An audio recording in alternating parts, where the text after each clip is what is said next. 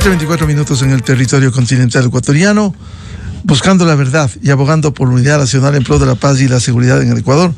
Un gusto recibir en los estudios de la revista Democracia a un reconocido académico, constitucionalista, catedrático en la ciudad de Cuenca y constitucionalista que siempre nos ha guiado, nos ilustra con temas de interés vinculados con lo que sucede en un país en donde parte de lo que sucede durante los últimos tiempos es la debilidad institucional, la debilidad de quienes debieran esclarecer los hechos y que nos ha llevado a una suerte de incertidumbre. Hoy, y quiero empezar con esto, con el doctor José Chalco Salgado, respecto de un tema. Ayer el presidente de la República resolvió publicar en el registro oficial y firmó el decreto ley del proyecto denominado ya ley antipillos, según el gobierno una herramienta clave para atacar y asfixiar a las economías narcodelictivas y las fuentes de financiamiento del crimen organizado. Ha habido un debate porque la Asamblea Nacional, y hablamos de esto, y hoy queremos que nos esclarezca en persona el doctor José Chalco, respecto de la actuación de la Asamblea. En primer debate resolvió archivar el proyecto. Pero este es un proyecto de urgencia económica que merece un tratamiento extraordinario en 30 días, pero le dio un tratamiento con un proyecto ordinario, y aquí podemos ilustrar artículo 59 de la Ley Orgánica de la Función Legislativa, artículo 60, el trámite ordinario, que no cabía en este proceso. También lo que nos ha recordado el doctor José Chalco, el artículo 424 de la Constitución, que es la Constitución, la norma suprema, y el 425 que establece la jerarquía de las normas. También el artículo 137 que habla del proyecto de ley que será sometido a 2 debates en la Asamblea Nacional. ¿Cómo salir de esto? Tiene razón el presidente, tiene razón la Asamblea Nacional, que ya ha dicho, ya pidió, sin atribución por cierto, que no se publique en el registro oficial lo que ya se lo ha hecho. Doctor José Chalco Salgado, muy buen día. Buenos días, licenciado Rivadeneira, y buenos días a quienes nos escuchan. Yo creo que es un buen día para recordar en primer momento al doctor Ernesto Albán, porque creo que la comunidad jurídica seria y ética del país está de luto. Y los problemas institucionales que afronta el país nos recuerdan precisamente la necesidad cada vez más de personalidades, de estudiosos serios y que pongan por encima de las ambiciones la patria, el respeto y la tutela al orden constitucional. Y qué mejor hoy, 10 de diciembre, cuando recordamos un día más de la Declaración de los Derechos Universales del Ser Humano, asumido en 1948 por la ONU. Yo creo que este antecedente, y no sin antes solidarizarnos por el doctor Albán Gómez, que ha fallecido, es importante decir que hay que ser serios en este análisis. Y hay que ser serios porque la Constitución, norma suprema, norma jerárquicamente superior, que no solamente tiene un orden jerárquico de prelación, un orden jerárquico de graduación normativa, cuidado, no solamente aquello. El artículo 425 de la Constitución expresamente en su segundo inciso señala que todo servidor público, que todo funcionario público ante el conflicto de disposiciones normativas hará respetar, aplicará, ejercerá la Constitución. Esto es sustancial, porque efectivamente aquí ha habido una serie de interpretaciones, licenciado Rivadeneira, que dan cuenta únicamente de la inobservancia de esta disposición. Aplique la Constitución. ¿Y por qué digo aquello, aplique la Constitución? La Constitución en el artículo 137 se expresa y señala que todo proyecto normativo se discute, aprueba, niega en 2 debates. Pero eso no termina ahí. La ley orgánica de la función legislativa que tanto se ha citado para señalar que en el trámite ordinario se puede negar en un solo debate, están cometiendo un error enorme. Quienes están señalando aquello están cometiendo un error y la Asamblea lo hace. En este caso el presidente tiene la razón. Está actuando bien el Ejecutivo.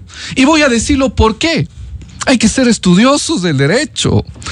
En el año 2023, licenciado Rivadeneira, recuerde usted, ante la muerte cruzada, la Corte Constitucional del Ecuador hizo pseudo dictámenes, varios dictámenes, sobre los famosos decretos leyes urgentes en materia económica que asumía esta atribución el presidente de la República ante la ausencia del Parlamento.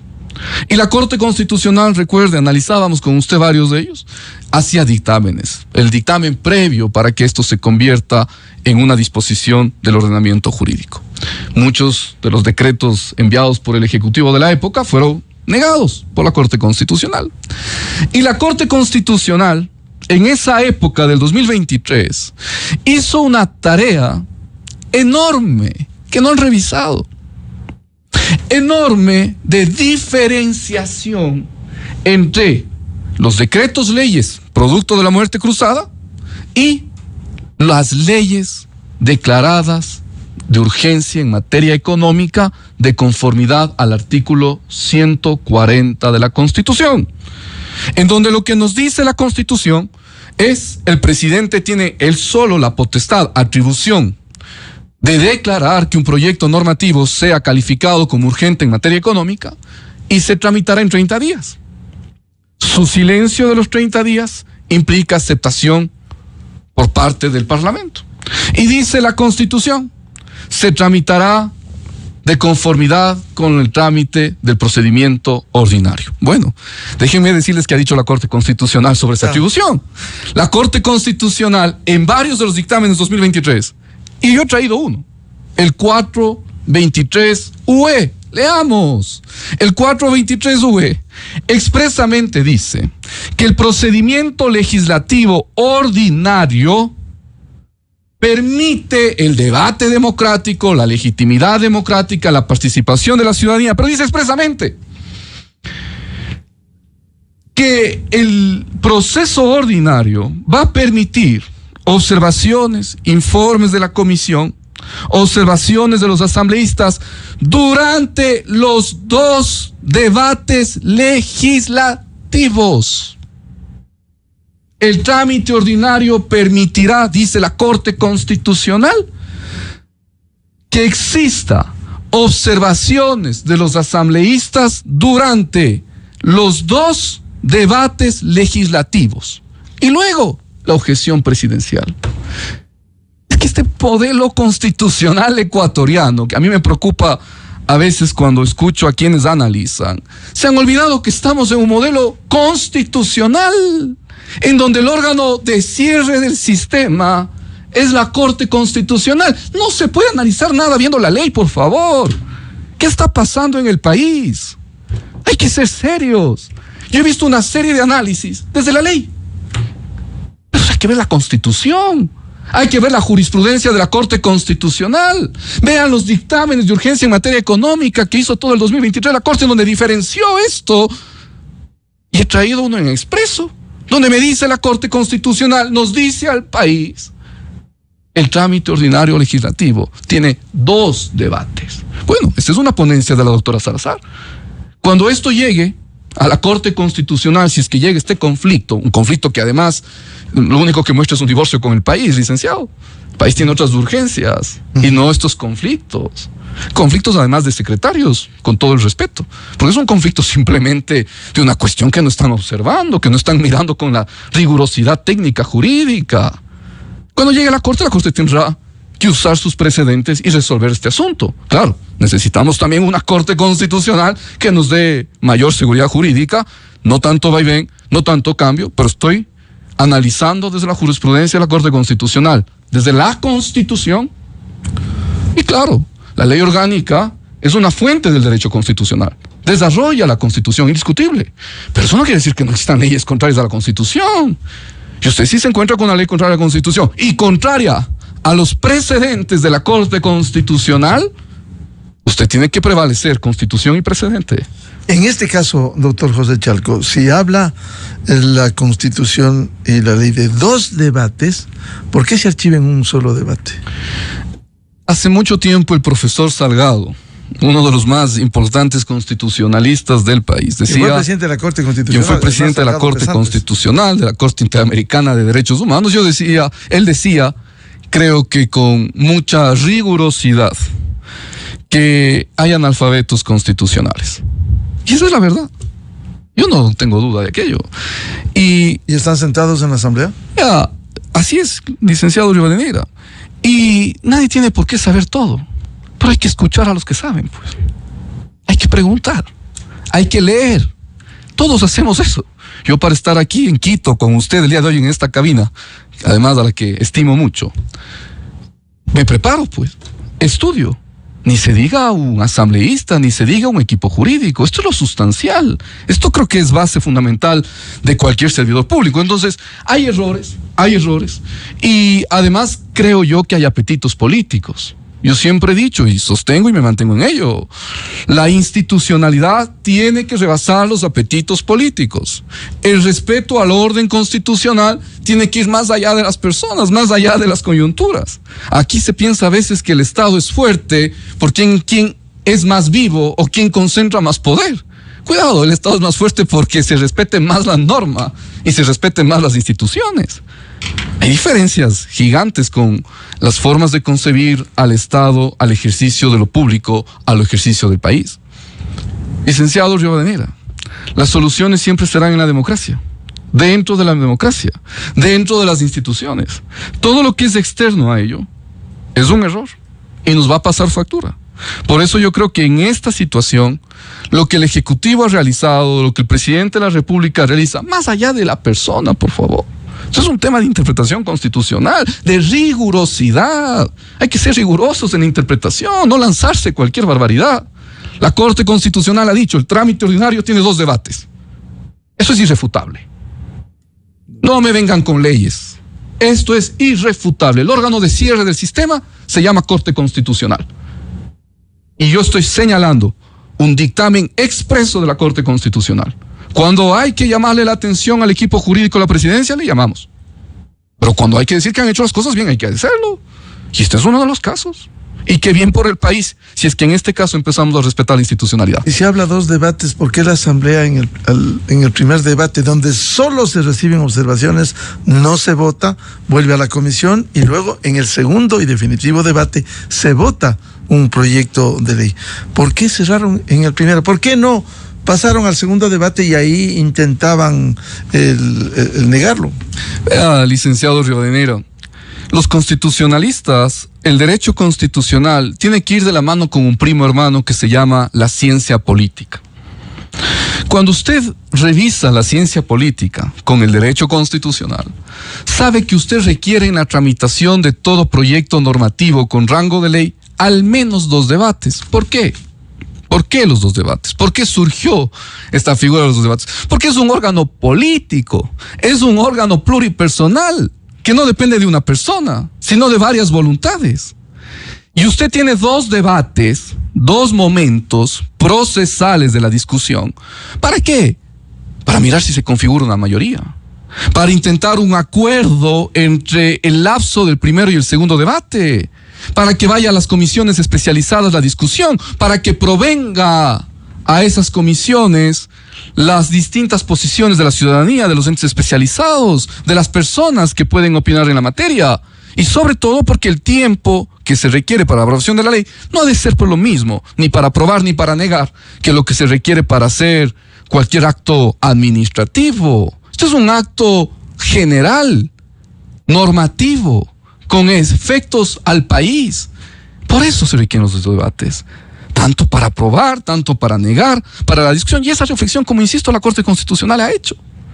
La Corte Constitucional tendrá que mantener su línea, su posición, su seriedad institucional. Aspiramos que eso suceda, que no haya cambios porque la Corte así ha reflexionado en el 2023, como he citado, y además decirle, licenciado Rivadeneira, que de acuerdo a la Ley Orgánica de Garantías Jurisdiccionales y Control Constitucional, si es que alguien intenta una inconstitucionalidad sobre lo que está sucediendo, sobre este conflicto formativo de la ley, es decir, una inconstitucionalidad de forma, tendrá que hacerlo en el plazo de 1 año también.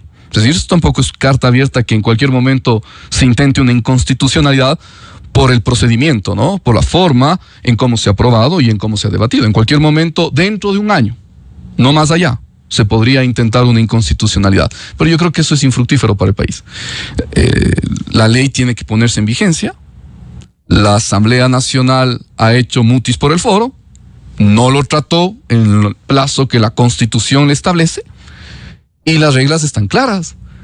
Porque aquí si respetamos el orden constitucional, entendemos el modelo constitucional en el que vivimos, o simplemente seguimos viendo estos vaivenes de irrespeto al orden jurídico. Doctor Chalco, sí, la Constitución, como usted nos recordaba, habla de los 2 debates. Simplemente se ha hecho tabla rasa en la Asamblea de esta disposición, corroborando con lo que usted insistentemente ha señalado, dictamen de la Corte Constitucional 423UE. La Asamblea Nacional, por estos vicios coyunturales y la ignorancia del derecho constitucional, ha inobservado, no ha visto, y a mí me preocupa ver esa posición de defensa a ultranza. Puede hacer una pausa, pensar, serenarse, revisar y mirar si está actuando conforme a derecho o conforme a interpretaciones erradas. Yo creo en consecuencia que hay que entender el derecho constitucional y entender las razones de por qué está regulado así en la Constitución la aprobación o negativa de un proyecto normativo. Usted ha sido absolutamente claro con la jerarquía de las normas, Constitución, tratados internacionales, leyes orgánicas, leyes ordinarias, pero para que lo comente, el artículo 60 de la ley, estando la Constitución por sobre ella, la Ley Orgánica de la Función Legislativa, habla de los 2 debates y dice, luego de los 2 debates, incluso luego de que presenten las observaciones en primer debate los asambleístas, dice luego, el Pleno con la mayoría absoluta de sus miembros podrá resolver el archivo del proyecto de ley.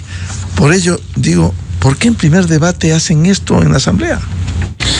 Licenciado Rivadeneira, yo creo que ahí hay que ser muy categóricos en algo. El Parlamento del Estado también, a través de su presidente, está convocado a respetar y hacer respetar el ordenamiento jurídico. Si usted mira los vicios en los que ha caído el Parlamento del Estado, dicen ellos, por cuestionar la ausencia de unidad de materia. Bueno, eso tiene que hacerlo, eso tiene que debatirlo y eso tiene que profundizarlo hasta el segundo debate. ¿Por qué se adelanta? Se adelanta, insisto, por un apetito coyuntural que es dudoso. Y cuando digo dudoso, es porque puedo ser yo categórico en que eso no es jurídico.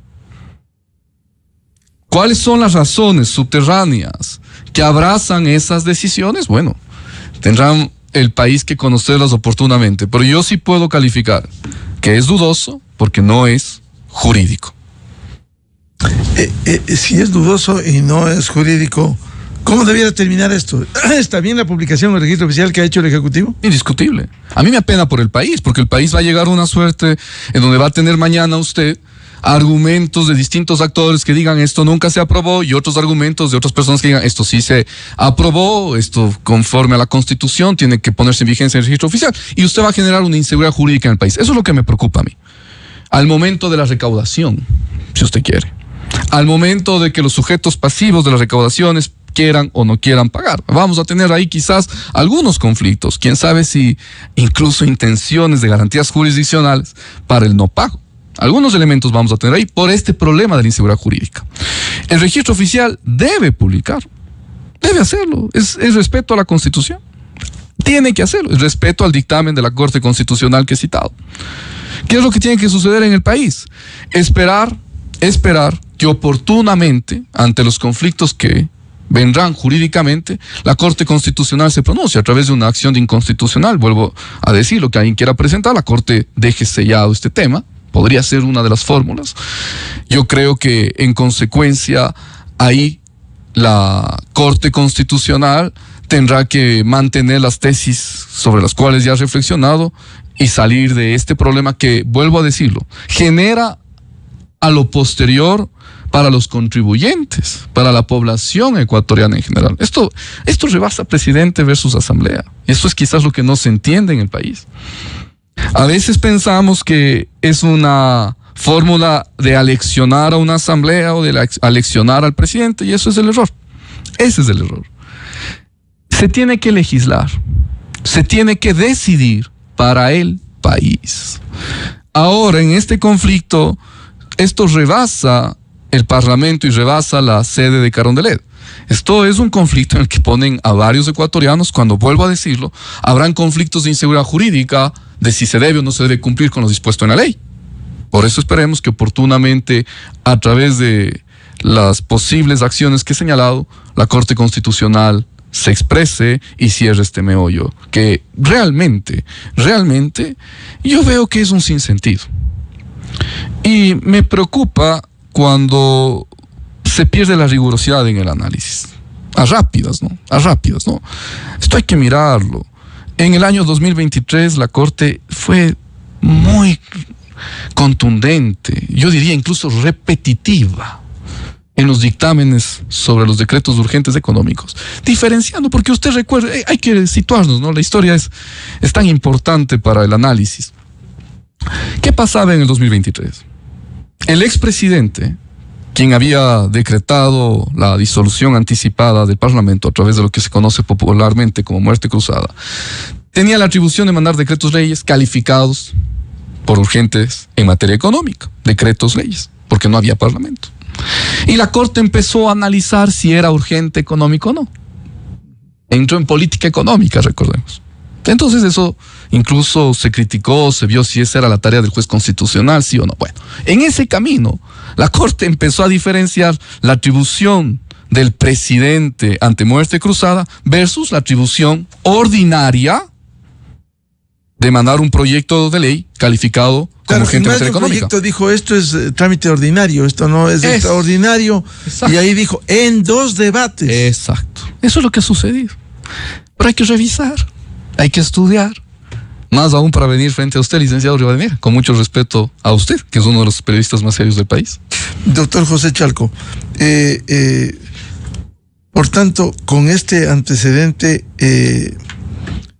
la Asamblea Nacional lo que pudiera hacer es pedir que interprete la Corte Constitucional este tema de la publicación en el registro oficial, pero habiendo esos antecedentes que bien ha citado usted, la Corte Constitucional debiera ser coherente con los pronunciamientos que ha hecho. Bueno, la acción de interpretación constitucional es solamente respecto a la sección orgánica de la Constitución, ¿no? Esto hay que mirarlo, si es que rebasa esto la posibilidad de presentar una acción de interpretación que tiene que ser sobre temas orgánicos, ¿no? Es decir, sobre estructura, funcionamiento del diseño institucional del país. Quizás a mí me parece que con un argumento fuerte podría entrar, porque podría ser un tema orgánico. Creo que además podría haber la inconstitucionalidad de forma que alguien plantee y podría a través de eso la Corte pronunciarse. De pronto se podría pensar en un conflicto de competencia, ¿sí? Un conflicto de competencia activo que se denomina. Quizás también podría ahí haber algún pronunciamiento de la Corte Constitucional. Pero sí, la Corte lo que tiene que ser es coherente. La Corte lo que tiene que ser es garante de la seguridad jurídica. Vuelvo a señalar, el dictamen que yo estoy citando es realizado por una respetable jueza, la doctora Salazar. Yo asumo que la doctora Salazar, quien hizo la ponencia de este dictamen 423UE, podrá permitir arribar a la reflexión del Pleno, porque en ese momento se hicieron así los dictámenes, señalando que hay 2 debates en el trámite ordinario, expresamente lo dice. Yo estoy citando el dictamen que he traído. Y así lo hizo durante todo el trámite ordinario. ¿Y en el trámite extraordinario? Este es un trámite ordinario. No olvide usted que la Constitución establece que los proyectos de urgencia en materia económica se tramitan a través del trámite ordinario, dice expresamente así la Constitución, solamente que se reduce el plazo a 30 días, pero dice seguirá el trámite ordinario. No se puede saltar los pasos. Es un proceso legislativo y yo diría constitucional. En consecuencia, ¿qué es lo que dice la Constitución en el artículo 140? Se debe seguir el trámite ordinario. ¿Qué es lo que dice la Constitución en el 137? Las leyes se aprueban en 2 debates. Bueno, es que se aprobó una ley recién, se reformó la ley de la función legislativa. Bueno, pero se aprobó y se reformó indebidamente, pues. Y después de esa reforma en donde se ha puesto que en un primer debate se puede archivar, que citan una disposición de la ley, que en un debate se puede archivar dentro del trámite ordinario. ¿Pero la ley está sobre la Constitución? Jamás, pues. Y menos sobre la jurisprudencia de la Corte. Y lo que quiero decir, licenciado Rivadeneira, esa reforma que han hecho, inconstitucional, esa reforma que han hecho es anterior al pronunciamiento de la Corte Constitucional. La Corte Constitucional en el 2023 ya sentó jurisprudencia con eso. Ha dicho aprobación de las leyes en 2 debates. Estoy contextualizando hasta las razones, motivos del por qué se pronunció así.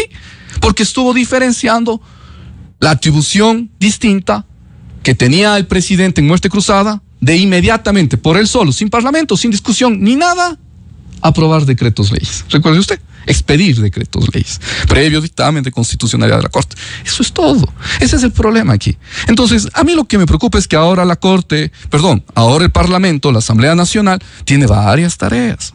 Tiene que aprobar la reforma a la Constitución sobre bases militares. Vamos a hablar de eso. Tiene que aprobar la reforma a la Constitución, ¿no es cierto?, sobre otras materias como el fondo partidista y eliminación de la publicidad. 110 y 115. Entonces, así nos vamos a lo siguiente. Así, con estas ligerezas, pasamos a lo demás.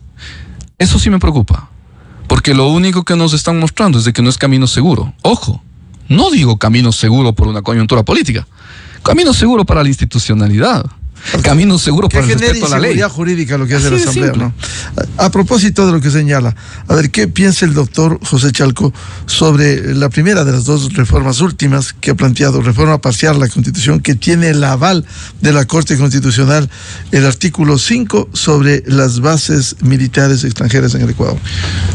En ambas propuestas de reforma, tanto de bases militares con propósitos precisamente de ejercicios militares, y cuanto a la segunda propuesta que usted muy bien cita, 110-115 del fondo partidista y la promoción electoral, lo que ha hecho la Corte Constitucional es determinar la vía que se debe seguir para el procedimiento de cambiar la Constitución, y ha dicho la vía es la reforma del 442 de la Constitución.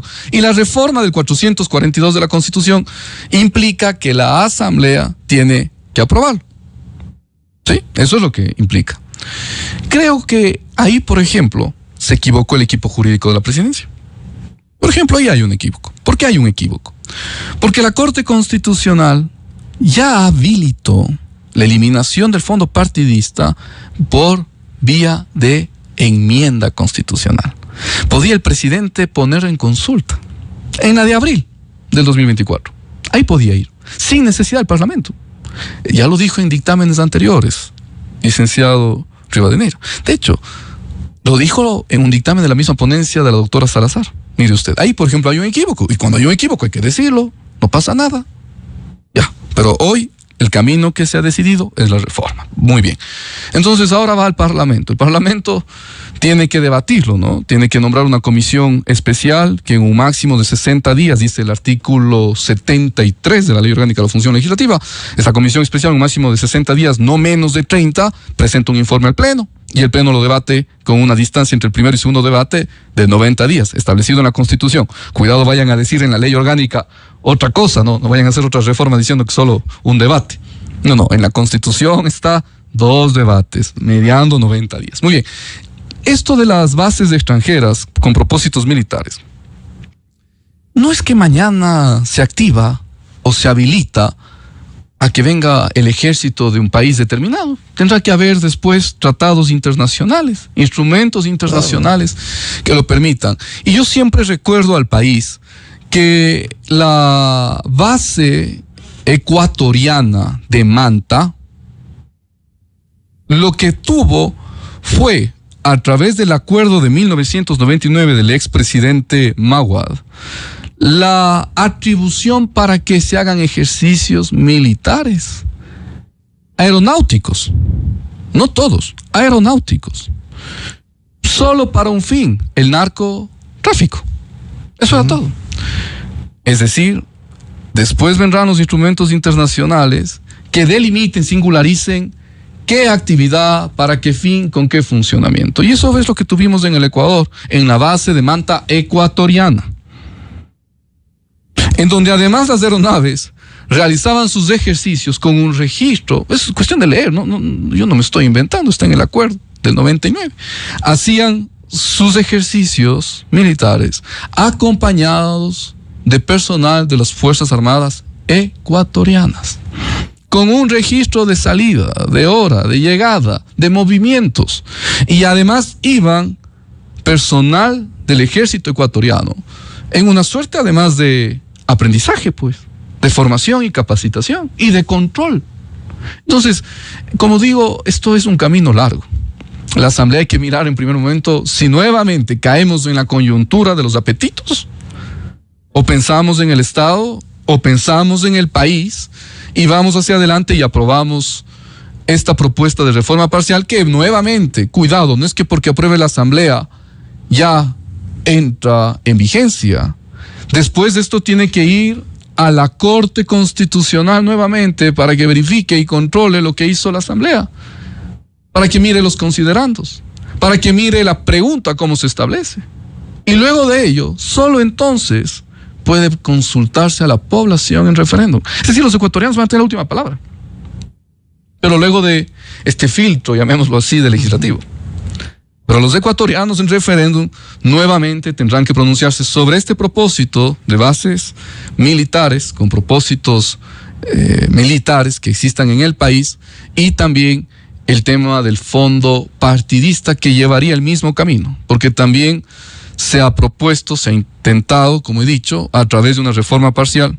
Yo no estoy de acuerdo con ello, creo que falta un poco de habilidad ahí, de leer, y nuevamente lo mismo que hemos dicho, ¿no? Revisar la jurisprudencia con calma, con serenidad, y mirar lo mejor para el país. Y ahí se pudo hacerlo inmediatamente con una enmienda y consulta popular, pero bueno, el camino es la reforma, habrá que esperar asimismo un trámite en el legislativo, y ver si también se purifica este sistema de partidos políticos del país. A mí sí me parece, y yo hago una pregunta de cajón, con el fondo partidista y el establecimiento de promoción a los candidatos establecido en la Constitución, porque muchos me dicen, pero siempre ha habido el fondo partidista. No, esto es otro contexto y otro diseño. Aquí se ha puesto fondo partidista y promoción electoral en la Constitución. Desde que eso se hizo en la Constitución 2008, que estableció el gobierno del correísmo, pregunto, ¿la democracia del país ha mejorado? ¿Las instituciones del país han mejorado? La institucionalidad del sistema de partidos políticos, que es parte de la institucionalidad, es parte de las instituciones políticas de la Constitución, ¿ha mejorado? Al contrario, ¿no se ha prostituido, ha proliferado los movimientos, los partidos? Yo veo candidatos de temporada que llegan para la elección. Lo que Sartori critica, maquinarias electorales. Veo caudillos, veo dueños de partidos sentados en una mesa, veo partidos de arriendo, alquiler y de venta. Y esto sabemos los ecuatorianos. Empresas electoreras que se presume que cobran para ubicarse en la lista. ¿Y sabe qué es lo último que vemos? Cosas inentendibles. Candidatos a presidentes, vicepresidentes que hoy son candidatos asambleístas. O inversa y viceversa. ¿Por qué? Porque buscan fórmulas legales para no tener que devolver los fondos entregados. buscan fórmulas legales para ponerse en otra organización política, en otra candidatura, y así no tener que devolver los fondos otorgados por su mala votación que recibieron. Fondos del pueblo ecuatoriano. Eso está pasando. Que después haya que repensar esto, bueno, habrá que repensar con todo gusto. Pero primero logremos partidos políticos éticos serios, porque piensa indebidamente que los partidos tienen que ser esto que decíamos, maquinarias electorales, prepararse para la elección y nada más. No. El partido político, la organización política, tiene que ser formador y capacitador, sujeto de opinión pública, oposición si es que esa es la posición que tienen que tomar, y ser no el eslabón perdido que hoy es, sino el eslabón sociedad-estado, para canalizar los intereses de la sociedad hacia el Estado. Eso es lo que tiene que ser una organización política. Hoy no es ese eslabón, hoy es el eslabón perdido del Estado. ¿Qué han hecho los partidos y las organizaciones que debieron, por ejemplo, fortalecerse, promocionar liderazgos, capacitar? No han hecho nada de eso, que está en la ley. Es una pena, porque se ha desnaturalizado lo sustancial, la razón sustantiva de las organizaciones políticas. Si citar a Weber, estamos en una razón instrumental. Somos instrumento para un fin, nada más. Una razón instrumental, perdiendo lo que Weber cita como la razón sustantiva, fundamental del por qué y el para qué de las organizaciones políticas. Bien, muchas gracias. Como siempre, la presencia en la revista de Opinión Democracia de un reconocido constitucionalista académico en la ciudad de Cuenca, doctor José Chalco Salgado. Muchas gracias. Para mí un honor estar con usted, querido licenciado Rivadeneira. Muchas gracias, muy amable. 8 de la mañana en el territorio continental ecuatoriano. Vamos a una pausa y ya volvemos buscando la verdad para hablar sobre la situación económica al cierre del 2024 y qué implica lo que el Ecuador ha pasado la primera revisión de metas en el nivel técnico del FMI con el doctor Pablo Lucio Paredes. Desde 1984 con Gonzalo Rosero. La revista de Opinión Democracia. Siempre líderes, siempre confiables. Enseguida